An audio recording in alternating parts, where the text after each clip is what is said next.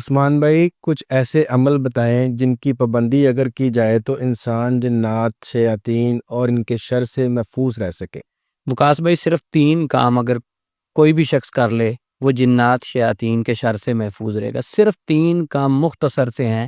قرآن پاک کی ایک آیت ہے، قد افلح من تزکا وذکر اسم ربہ فصلی۔ اس میں وہ تینوں کام موجود ہیں، میں اس کی وضاحت کر دیتا ہوں۔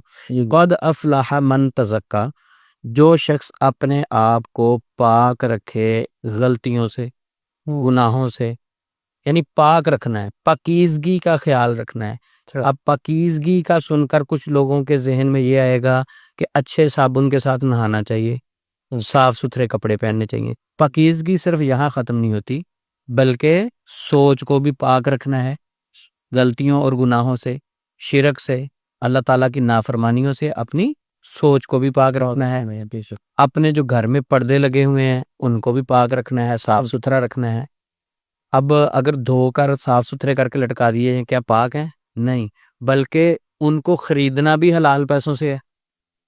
اگر دھوئے تو بہت صاف ستھرے ہیں، لیکن حرام پیسوں سے خریدیں تو وہ پاک تو نہیں ہے۔ تو اپنے گھر کو پاک رکھیں، اپنی ذات کو پاک رکھیں، اپنے بستر کو پاک رکھیں، اپنے جسم کو پاک رکھیں، اپنی سوچ کو پاک رکھیں، ہر معاملے میں اپنے آپ کو پاک رکھیں، اپنے آپ کو گناہوں سے بھی پاک رکھیں۔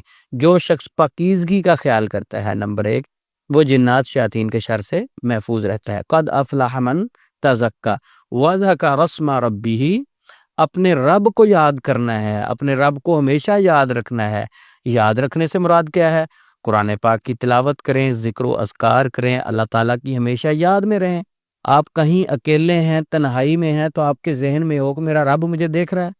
ہمیشہ رب آپ کے ذہن میں ہو کہ مجھے کوئی ذات مجھے دیکھنے والی ہے، کوئی ذات مجھے واچ کر رہی ہے، نوٹ کر رہی ہے، کسی ذات کو میں نے حساب دینا ہے۔ وذکر اسم ربہ، اپنے رب کو ہمیشہ یاد رکھنا ہے۔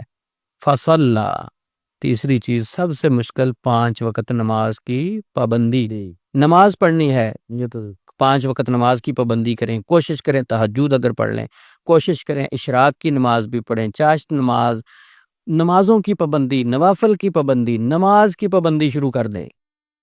3 کام کرنے والا جنات شیاطین کے شر سے محفوظ رہتا ہے۔ اب کچھ لوگ پاکیزگی کا خیال رکھتے ہیں لیکن اپنے رب کو ہمیشہ یاد نہیں رکھتے۔ کچھ لوگ رب کو یاد رکھتے ہیں لیکن نمازیں نہیں پڑھتے۔ نماز جو شخص نہیں پڑھتا وہ رب کو کیسے یاد رکھے گا؟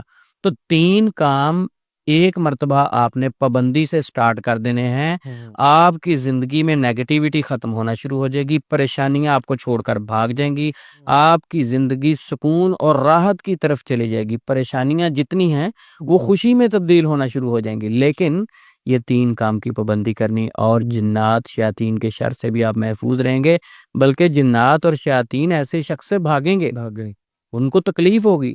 جو شخص ذکر و اذکار کی پابندی کرتا ہے، ذکر و اذکار کی برکت سے انسان کے ارد گرد ایک شیلڈ بن جاتی ہے جو کہ پروٹیکشن کے لیے استعمال ہوتی ہے، وہ چیزیں آپ تک پہنچ نہیں سکیں گی۔ ایک سٹرونگ آپ کے ارد گرد حصار بن جاتا ہے جب آپ ذکر و اذکار کرتے ہیں۔ آپ نے پاکیزگی کا خیال بھی رکھا ہے، آپ کا ایمان مضبوط ہے، نماز کی آپ پابندی کرتے ہیں، تو پھر جنات شیاطین کے لیے بہت مشکل ہو جاتا ہے آپ پر حملہ آور ہونا۔ ہاں، آزمائش کے لیے کچھ لوگوں پر کچھ دیر کے لیے، کچھ ٹائم کے لیے اثر انداز ہو سکتے ہیں، صرف وہ بھی اس لیے ہوتا ہے کہ جب بندے پر آزمائش آتی ہے تو اللہ تعالیٰ اپنے بندے کو اپنے قریب کرتے ہیں۔ تو یہ 3 چیزوں کی پابندی کی جائے تو انسان شیاطین کے شر سے محفوظ رہتا ہے۔ جزاک اللہ۔